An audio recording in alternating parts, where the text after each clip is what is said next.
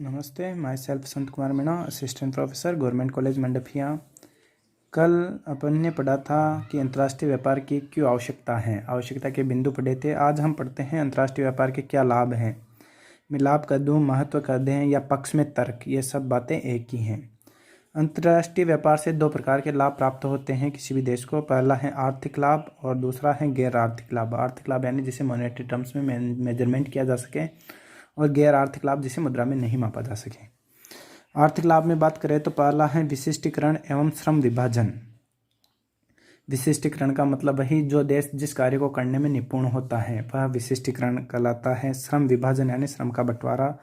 अंतर्राष्ट्रीय व्यापार करने से प्रत्येक देश में प्रत्येक वस्तु उत्पादित नहीं हो पाती। जिस क्षेत्र में उसको विशिष्टीकरण प्राप्त है उसी का वो उत्पादन करता है और उसका अत्यधिक उत्पादन करके निर्यात करता है। तो अंतर्राष्ट्रीय व्यापार के कारण विशिष्टीकरण को बढ़ावा मिलता है, क्योंकि विशिष्टीकरण बढ़ेगा तो व्यक्ति ज़्यादा से ज़्यादा निर्यात करने को प्रोत्साहन होगा और वो विशिष्टीकरण को बढ़ावा देगा, उन्हीं कार्य को करेगा जिसमें उनका देश निपुण है। दूसरा है प्राकृतिक साधनों का पूर्ण उपयोग। अंतर्राष्ट्रीय व्यापार के कारण देश अत्यधिक निर्यात करने में लगे हुए हैं और अत्यधिक निर्यात करने के कारण वो प्राकृतिक संसाधनों का अधिक से अधिक उपयोग करने में लगे हुए हैं। इसके कारण तकनीक, पूंजी, श्रम आदि का प्रवाह हो रहा है अंतर्राष्ट्रीय व्यापार के कारण। तो प्राकृतिक संसाधनों का पूर्ण उपयोग किया जाने लगा है इंटरनेशनल व्यापार के कारण, क्योंकि अंतर्राष्ट्रीय व्यापार होने के कारण आवश्यकताएं अनंत हो गई। इस वजह से संसाधनों का पूर्ण उपयोग बढ़ने लगा है। संतुलित औद्योगिकीकरण। इंटरनेशनल व्यापार से संतुलित औद्योगिकीकरण को बढ़ावा मिला है। जो वस्तुएं अपने यहाँ उत्पादित नहीं होती उनको आयात किया जाता है, और जो यहाँ ज़्यादा मात्रा में उत्पादित होती हैं अपने देश में उनको निर्यात किया जाता है। तो आयात और निर्यात का कॉम्बिनेशंस बना रहता है, जिससे कि देश में संतुलित औद्योगिकीकरण को बढ़ावा मिलता है। जैसे जिस संसाधनों की कमी है, जिस टेक्निक्स की कमी है, वैश्वीकरण के आने से श्रम का, पूंजी का, तकनीक का, इनका स्वतंत्र प्रवाह हुआ है। इसके कारण संतुलित औद्योगिकीकरण को बढ़ावा मिला है। बड़े पैमाने की बस्तें। यदि देश में विशिष्टीकरण एवं श्रम विभाजन को बढ़ावा मिलेगा, संतुलित औद्योगिकीकरण होगा, देश में संसाधनों का उचित उपयोग होगा, तो ऑटोमेटिकली कॉस्ट कम आएगी, और कॉस्ट कम आएगी तो देश में ऑटोमेटिकली सेविंग ज़्यादा होगी। उपभोक्ताओं के जीवन स्तर में वृद्धि। उपभोक्ता के रहन सहन और जीवन स्तर में अंतर्राष्ट्रीय व्यापार से वृद्धि होती है, क्योंकि अंतर्राष्ट्रीय व्यापार से देश के आर्थिक विकास को बढ़ावा मिलता है और उसका सीधा इफेक्ट वहाँ रहने वाले पॉपुलेशन के लाइफ स्टैंडर्ड पे पड़ता है। तो कहीं ना कहीं मैं मानता हूँ कि अंतर्राष्ट्रीय व्यापार उपभोक्ता के जीवन स्तर में भी वृद्धि करता है। जो अमीर व्यक्ति हैं उनके लाइफ स्टैंडर्ड को बढ़ावा देता है अंतर्राष्ट्रीय व्यापार उनकी आवश्यकताओं की पूर्ति करता है, उनके जीवन स्तर में वृद्धि करता है। उद्योगों का आधुनिकीकरण।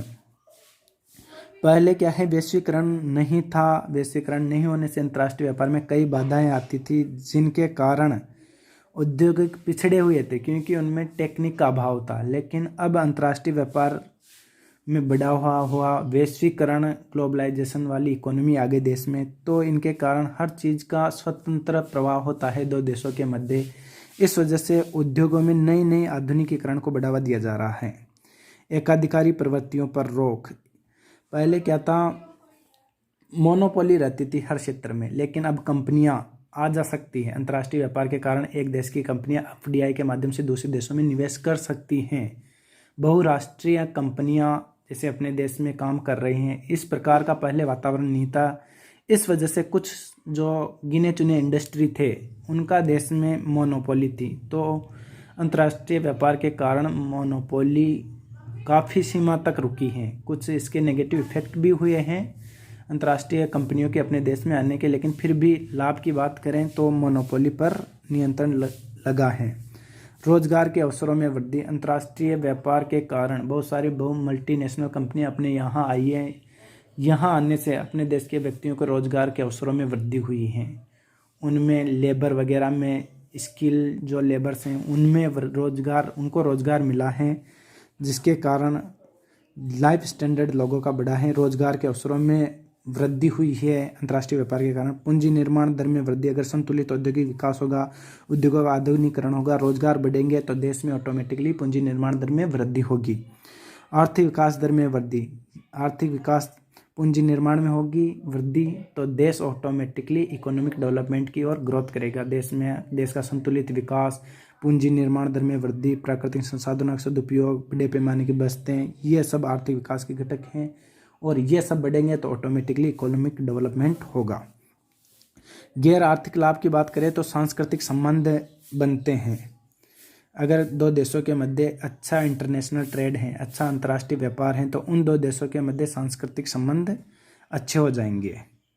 संस्कृति का आदान प्रदान होगा, लोग वहाँ की फैशंस को जानेंगे, हम विदेशियों की फैशंस को जानेंगे, टूरिज्म को बढ़ावा मिलेगा, सांस्कृतिक संबंधों में बढ़ावा होगा। अंतर्राष्ट्रीय सहयोग में वृद्धि, दो देशों में अगर अच्छा रिलेशंस बन जाता है इंटरनेशनल ट्रेड के कारण, तो जब भी कोई प्राकृतिक आपदा आती है तो एक देश दूसरे देश का सहयोग करता है। इस कारण अंतर्राष्ट्रीय सहयोग में वृद्धि होती है। समूचे देशों का एक ग्रुप सा बन जाता है, जो इंटरनेशनल ट्रेड में भाग लेते हैं उनका एक ग्रुप सा बन जाता है और वो देश आपस में एक दूसरे को सहयोग प्रदान करते हैं विपदा के समय। विश्व शांति को बल, अंतर्राष्ट्रीय व्यापार से देश आपस में कनेक्ट होते हैं जिससे कि विश्व शांति को बल भी मिलता है। आज तक विश्व में विभिन्न देशों के बीच जितने भी युद्ध हुए हैं वे व्यापार के कारण नहीं बल्कि गंदी राजनीति के कारण हुए हैं। व्यापार तो शांति का परिचायक है, पारस्परिक शांति को बढ़ावा देता है। अगर देशों में व्यापार होगा आपस में तो वो शांति को बल मिलता है, उससे शांति को बढ़ावा देते हैं। शिक्षा को बढ़ावा मिलेगा, अंतर्राष्ट्रीय व्यापार का शिक्षा के क्षेत्र में भी महत्वपूर्ण योगदान है। एक दूसरे देश से विश्वविद्यालयों में विद्यार्थियों को अध्ययनरत की सुविधा प्राप्त होती है, शैक्षणिक भ्रमण हेतु आवागमन होता है। इसके कारण शिक्षा के क्षेत्र में उनको अच्छी रिसर्च का मौका मिलता है, एक देश से दूसरे देश में जाके शिक्षा को बढ़ावा मिलता है, अनेक रिसर्च को सहायता मिलती हैं। तो ये सब अंतर्राष्ट्रीय व्यापार के लाभ हैं जिसके कारण अंतर्राष्ट्रीय व्यापार को बढ़ावा दिया जाता है। अब बात करते हैं इसके विपरीत अंतर्राष्ट्रीय व्यापार की हानियाँ क्या हैं, क्या इसके दोष हैं, क्या विपक्ष में तर्क हैं। आर्थिक हानियों को 3 भागों में डिवाइड किया गया है, आर्थिक हानियाँ, सामाजिक हानियाँ और राजनीतिक हानियाँ। आर्थिक हानि की बात करें तो सबसे पहले खनिज संपदा की समाप्ति। अत्यधिक विदोहन से अपने देश के जो लिमिटेड रिसोर्सेज हैं वो खत्म होते जा रहे हैं। अपन निर्यातों की होड़ में अपने देश में खनिजों का अंधाधुंध विदोहन हो रहा है, तो उनकी समाप्ति का भय बना हुआ है। दूसरा है विदेशी प्रतियोगिता से हानि। बहुराष्ट्रीय कंपनियां आने से अपने देश के जो निजी उद्योग थे उनको हानि का सामना करना पड़ रहा है। अपने देश के पास इतने रिसोर्सेज नहीं है, इतनी टेक्निक्स नहीं है कि वो विदेशों से प्रतियोगिता कर सकें और इसके कारण अपने देश को विदेशी प्रतियोगिता में हानि का सामना करना पड़ता है। देश का एकांगी विकास, केवल एक तरफा विकास हो रहा है अंतर्राष्ट्रीय व्यापार से, केवल निर्यात में वृद्धि हो रही है, चौमुखी विकास का अभाव है।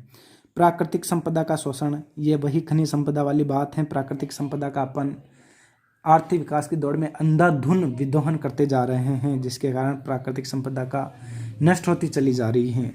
कृषि प्रधान देशों को अधिक हानि, जो कृषि प्रधान देश हैं उनको ज़्यादातर हानि का सामना करना पड़ रहा है। जब व्यापार कृषि प्रधान व उद्योग प्रधान देशों के बीच होता है तो कृषि प्रधान देशों को अधिक हानि सहनी पड़ती है। इसका कारण यह है कि कृषि प्रधान देश अपनी महंगी वस्तुएं देकर सस्ती वस्तुओं का आयात करते हैं।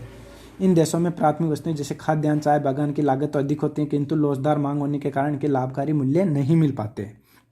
तो एग्रीकल्चर जो प्रधान देश हैं उनको हानि ज़्यादा होती है। राशि पतन का भय रहता है। कभी कभी विकसित राष्ट्र अपना माल काफ़ी कम दामों पर विकासशील देशों में बेच देते हैं। इनका उद्देश्य इन देशों में अपने बाजारों में प्रभुत्व जमाना होता है। इसे ही राशि पतन कहा जाता है कि जब कोई देश अपने माल को दूसरे देशों में अपना साम्राज्य या अपना प्रभुत्व जमाने के लिए कम मूल्य पर बेच देता है, तो इसे डंपिंग या राशि पतन कहा जाता है। तो ये भय बना रहता है कि दूसरे देश का प्रभुत्व अपने बाजार पे न आ जाए, तो राशि पतन का भय भी एक देश पे दूसरे देश का एक देश के ऊपर बना रहता है।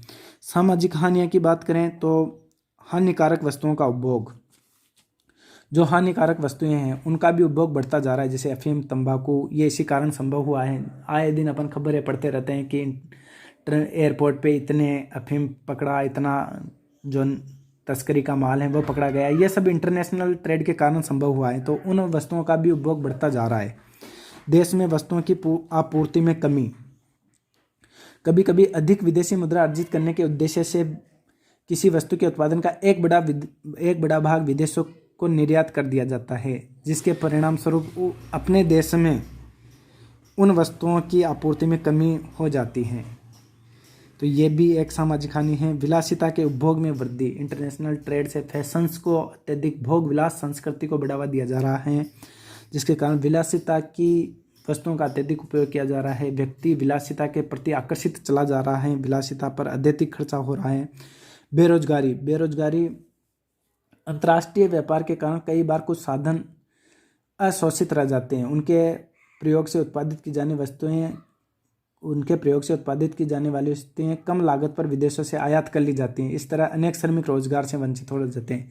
जैसे कोई वस्तु अपने यहाँ बनती है, लेकिन उस पर थोड़ा खर्चा ज़्यादा है, कॉस्ट ज़्यादा है, तो उसको यहाँ प्रोड्यूस न करके अपन विदेशों से डायरेक्टली इंपोर्ट कर लेते हैं, आयात कर लेते हैं। तो इस दशा में चाहे उसकी कॉस्ट ज़्यादा थी, लेकिन श्रमिक बेरोजगार नहीं होते, लेकिन आयात करने से कई श्रमिक उस दशा में बेरोजगारी का सामना उनको करना पड़ जाता है। उपभोक्ताओं पर अनावश्यक भार बढ़ता जाता है। अगर अपन कोई भी देश अगर अत्यधिक मात्रा में आयात करेगा तो उसका सीधा सा भार है वहाँ की पॉपुलेशन पे पड़ना है। तो इंटरनेशनल ट्रेड के कारण आयात को बढ़ावा मिलता है, और आयात को बढ़ावा मिलने के कारण उपभोक्ताओं पर एक अनावश्यक भार बढ़ जाता है। भ्रष्टाचार में वृद्धि हो जाती है। बहुराष्ट्रीय कंपनी अपना माल बेचने के लिए आयातक देश के जो राजनेता होते हैं, अधिकारी होते हैं, उनके रिश्वतें देती रहती हैं ताकि उनका माल ऊंचे दामों पर तथा आसान शर्तों पर खरीद लिया जाए। इससे भ्रष्टाचार को बढ़ावा मिलता है। तो भ्रष्टाचार में और लाल फीताशाही में वृद्धि भी इंटरनेशनल व्यापार के कारण सामाजिक हानियों में शामिल है। सांस्कृतिक धरोहर का नष्ट होना। अंतर्राष्ट्रीय व्यापार देश की सांस्कृतिक धरोहर पर भी प्रभाव डालते हैं। इससे लोगों का रहन सहन बदलता है, सोचने विचारने का ढंग बदलता है, लोगों की आदतें बदल जाती हैं, व्यक्ति भोग विलास संस्कृति की तरफ बढ़ता है। इससे देश की नई पीढ़ी गलत रास्ते पे चल पड़ती हैं और वास्तविक मूल्य और संस्कृति जो अपने देश की मेन छवि हैं वो धीरे धीरे अब नष्ट होने लगी हैं। अपन भौगोलिक विलासितावाद को बढ़ावा देने लगे हैं। तीसरी पार्ट है राजनीतिक हानियाँ। इससे में पहला है विदेशों पर निर्भरता। अंतर्राष्ट्रीय व्यापार के कारण विभिन्न देशों में परस्पर निर्भरता बढ़ती जाती है। जब तक आपसी सहयोग चलता रहता है तब तक कोई परेशानी नहीं आती। लेकिन फिर भी दो देशों में अगर कोई संकट काल की स्थिति या युद्ध की स्थिति उत्पन्न हुई, उस दशा में फिर विदेशों पर निर्भरता बढ़ जाती है। इसका सीधा सा उदाहरण है चीन और भारत। जैसे पहले रिलेशंस अच्छे थे, लेकिन जैसे ही युद्ध की स्थिति आई तो विदेशों पर अपन कितना डिपेंड हैं चीन पे, ये आप खुद समझ सकते हैं। प्रतिकूल व्यापारिक शर्तों से हानि। कई बार क्या होता है, अंतर्राष्ट्रीय व्यापार का लाभ वस्तु की मांग की लोच पर निर्भर करता है। यदि किसी देश की निर्यात की जाने वाली वस्तु की मांग दूसरे देश में बेलोचदार है एवं आयात की जाने वाली वस्तु की मांग लोचदार है तो उसे अधिक लाभ होगा। इसके विपरीत निर्यात की जाने वाली वस्तु की मांग लोचदार व आयात की जाने वाली वस्तु की मांग बेलोचदार है तो हानि होगी। तो ये प्रतिकूल व्यापार शर्तें लोच पे डिपेंड करती हैं। अगर लोच सही है, लोच पे ये डिपेंड करती हैं। लोच के ऊपर अगर प्रतिकूल शर्तें हैं तो हानि होगी। राष्ट्रों के बीच मन मुटाव भी हो जाते हैं। कई बार क्या होता है, गलाकाट अंतर्राष्ट्रीय व्यापार से गलाकाट प्रतिस्पर्धा को बढ़ावा मिलता है और गलाकाट प्रतिस्पर्धा दो देशों के बीच मन मुटाव को उत्पन्न कर देती है। अंतर्राष्ट्रीय द्वेष एवं संघर्ष को बढ़ावा मिल रहा है। युद्ध काल में कठिनाई। अगर दो देशों के बीच युद्ध छिड़ गया तो उस दशा में अंतर्राष्ट्रीय व्यापार करना बहुत कठिन कार्य हो जाता है। तो ये इसकी कुछ अंतर्राष्ट्रीय व्यापार के लाभ हैं और कुछ इसके दोष भी हैं। तो यहाँ से बड़े क्वेश्चंस बनने के ज़्यादा चांस हैं। धन्यवाद। ये अपना चैप्टर कंप्लीट है। धन्यवाद।